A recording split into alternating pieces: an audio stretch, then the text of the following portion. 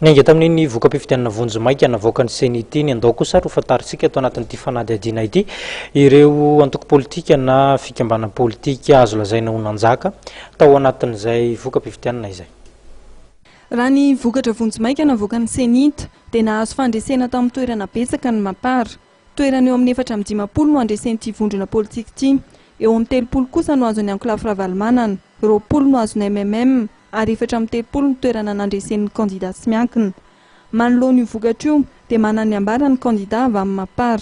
Faly satria nitarika, faly satria izao vao tsapa mihitsy amin'ilay resaky ny olona rehetrarehetra, ireo mpanao politika rehetrarehetra hoe iza marina tena fidian'ny olona, iza marina no ametrahan'ny olona fitokisana amin'ity tany sy ny firenena ity. Ka faly satria notivetiny ny ranonatsakaina satria efa taona izay zao no nijery ny karakara na fantatra ny jery fotony hoe inona no tena ilain'ny vahoaka, inona manahirana ny vahoaka sy ny firenena amin'izao fotoana izao zany sy ny hoavy rehetrarehetra dia hiasa izay. Ireo toky namenay ny vahoaka rehetrarehetra zany izay arapaina manokana itsika ao amin'ny boribory faharoa dia ho tonga izay ary anao ampitiavana an'izany asa izany sy ireo zavatra tena manahirana ny vahoaka.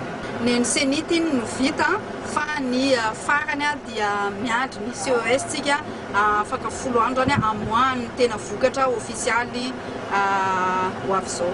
Anisany nahazo isam-bady betsaka tao amin'ny fari-pifidianana ambato finandrana tamin'ny fifidianana solombavabahoaka raha matoa Kristina Razanamahasoa izay nahazo vato hatrany amin'ny 1,740 izany hoe 430 faingo 420 ny vato manakery. Mitondra ny heviny izy mombamomba ny fitoriana izay mipetraka ho amin'ny Mapar eo anivon'ny CES, anisan'izany ny tenany. Miandro ny fahafantarako an'izany rehetra zany dia izay tsy mahataty resy dia manao rakety izay ihany rehefa misy tsy fahatatesana ny resy fa tsy vahoaka ny safidy ka iny moa anjaran'ny CES indray mijery amin'inona hoe misy fandikan-dalàna ve nataon'ny Mapar, misy fandikan-dalàna ve nataon'ny novansy hafa dia anjaran'ny CES no mamoaka ny resultat fa izay dia matoky izay avoakana ny CES na CENIT dia miandry ampatoleny izay ty.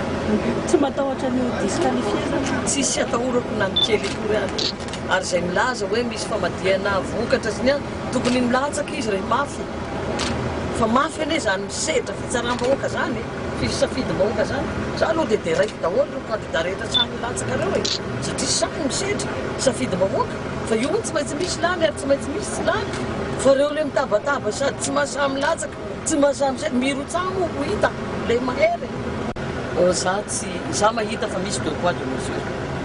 Maninona rehefa omena fahefana ny mpitondra hanatritra fampelezan-kevitra natao hoe contre ny lalàna, contre ny constitution na contre ny feuille de route.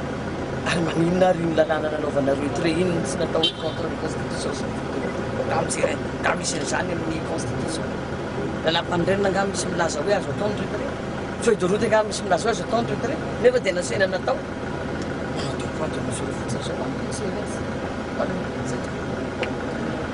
Atao nazy atao filaminana mitadiavana voaka amin'ny krizy mitadiavana. Mikasika ny fangatana fampitana ny vokatra dia nilaza raha matoa Kristina Razanamahasoa fa fandrebirebena amin'ny fanaovana izany fa anjaran'ny CENIT sy ny CES ny manao ny asa tandrify azy ireo momba ny fifidianana.